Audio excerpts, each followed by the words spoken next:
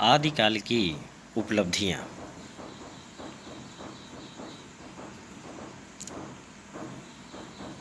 प्यारे बच्चों, हिंदी साहित्य का उद्भव इतिहास में एक महत्वपूर्ण युग है, जहाँ वैचारिक, सामाजिक, राजनीतिक, सांस्कृतिक, धार्मिक और दार्शनिक तथा लोक जीवन से संबद्ध परिवर्तन ही नहीं होते, बल्कि सबसे विलक्षण परिवर्तन संप्रेषण के माध्यम में देखा जा सकता है। संस्कृत चाहे वो वैदिक संस्कृति रही हो, चाहे लौकिक संस्कृत रहा हो, इससे होते हुए पाली, प्राकृत और अपभ्रंश से विकसित होती हुई साहित्यिक संप्रेषण के माध्यम रूप में आकर लोक संवेदना के साथ अत्यंत गंभीरता के साथ ये आदिकालीन कविता जुड़ती है, जिसके चलते अपभ्रंश के साथ साथ लोक भाषाओं का भी वर्चस्व दिखाई देने लगता है।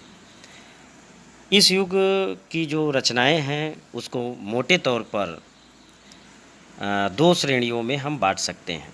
एक तो वे जो जैन भंडाकारों में सुरक्षित थीं, अर्थात साहित्यिक अपभ्रंश की रचनाएं, और दूसरी लोक परंपराओं में विकसित लोक रचनाएं। पहली श्रेणी के अंतर्गत हेमचंद्र का जो व्याकरण है, वो मेरुतुंग का प्रबंध चिंतामणि आदि रचनाओं को हजारी प्रसाद द्विवेदी ने प्रामाणिकता की कोटि में रखा है। तो जो पहली कोटि है वो है प्रामाणिक रचनाएं, और दूसरी श्रेणी में आने वाली रचनाओं पृथ्वीराज रासो, परमाल रासो और खुमार रासो और हमीर रासो, जिनके मूल रूप बहुत कुछ बदल गए हैं, नहीं तो विकृत हो गए हैं, जिन्हें संदिग्धता की श्रेणी में रखा गया है। तो ऐसी रचनाएं संदिग्ध रचनाएं मानी गईं। लोक भाषाओं के साहित्य के साथ दुर्भाग्य ये रहा है कि वे ना तो पूरी तरह व्यवस्थित रही हैं और ना ही पूरी तरह वो जो है सुरक्षित रही हैं। उनका स्वरूप धीरे धीरे करके बदलता रहा है, परिवर्तित होता रहा है।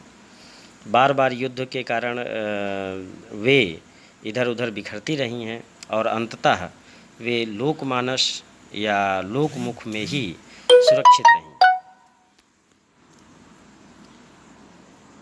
कुछ जैन धर्म का आश्रय पाकर बच गईं, जिन वास्तव में देखा जाए तो जिन रचनाओं को किसी धार्मिक नेता या धर्म अथवा संप्रदाय का आश्रय न मिला, उनके बनने बिगड़ने में और परिवर्तित होने का जो क्रम है वो निरंतर बना रहा। इन्हीं में से कुछ परिवर्धित भी हो गईं और कुछ विस्मृत भी हो गईं।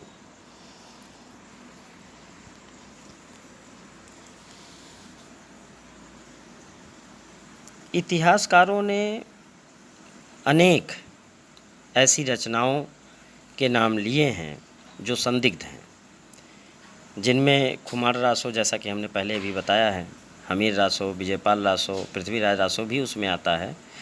ये सब सारी रचनाएं हैं। इस युग में दो प्रकार के साहित्यिक प्रयत्न दिखाई देते हैं। आप लोग स्क्रीन पर ध्यान से देखें। दो प्रकार के साहित्यिक प्रयत्न दिखाई देते हैं।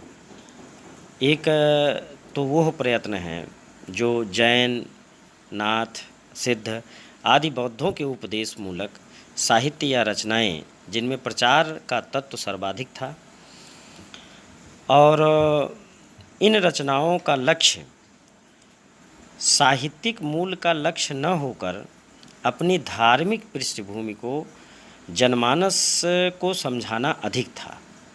इस प्रकार से इसको हम एक अगर श्रेणी माने तो एक धार्मिक रचनाएं जो है मिलती हैं, जिसका उद्देश्य मूल रूप से धर्म का प्रचार प्रसार था।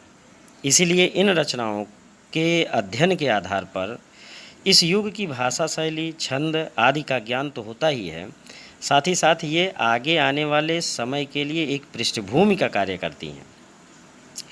विशेष रूप से निर्गुण भक्ति काव्य धारा के लिए, जिसमें आप लोग पढ़ेंगे कि हठ योग, रहस्यवाद की विशेष रूप से जो चर्चा की गई है, इसीलिए संभवतः आचार्य रामचंद्र शुक्ल ने अपने ऐतिहासिक अध्ययन में इनके महत्व को गंभीरता के साथ स्वीकार किया है।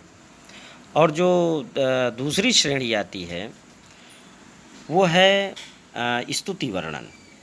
इसमें मतलब चारण कवियों के चरित्र काव्य हैं, जिनमें राज स्तुति, युद्ध, विवाह, प्रेम, मनोरंजन अर्थात जीवन के तमाम प्रचलित संदर्भों का वर्णन है, जिनमें पारंपरिक काव्य रूढ़ियाँ अधिक मिलती हैं।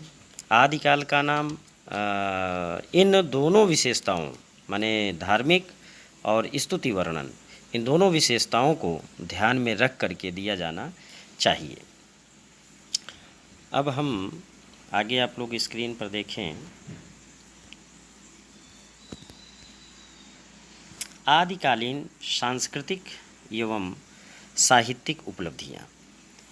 अगर बिंदुवार सबको लिखा जाए तो कुछ जो सांस्कृतिक और साहित्यिक उपलब्धियाँ आदिकाल की रही हैं वो आप लोगों के स्क्रीन के सामने हैं, आप लोग ध्यान से देखें। पहला, आदिकालीन साहित्य अपने समय का एक गंभीर दस्तावेज है, जहाँ राजनीति, इतिहास, धर्म, दर्शन, साहित्य और संस्कृति तथा भाषा का स्पष्ट स्वरूप मिलता है। अब दूसरी,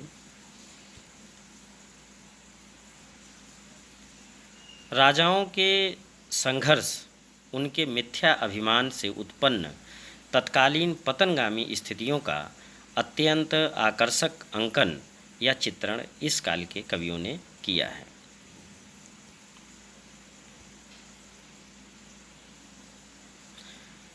अगला है, आदिकालीन रचनाकारों का एक वर्ग अर्थ और काम की साधना में प्रवृत्त था और दूसरा धर्म और मोक्ष की आकांक्षा में प्रवृत्त था।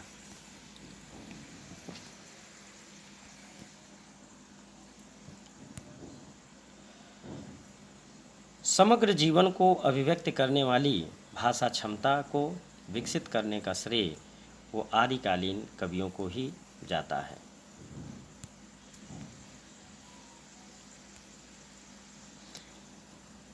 भक्तिकालीन काव्य को एक गहन चिंतन, मूल्यबोध, संवेदना तथा ठोस आधार देने का कार्य आदिकालीन कवि और कविता ने किया है। जो भक्तिकालीन काव्य का पृष्ठभूमि है, यदि हम उसका विश्लेषण और चिंतन करें तो आदिकाल के तमाम कवियों और उनकी कविताओं में वो सारी चीज़ें मिल जाती हैं जो भक्तिकालीन काल में वह कविता उस दृष्टिकोण से सर्वोत्कृष्ट सिद्ध हुई है।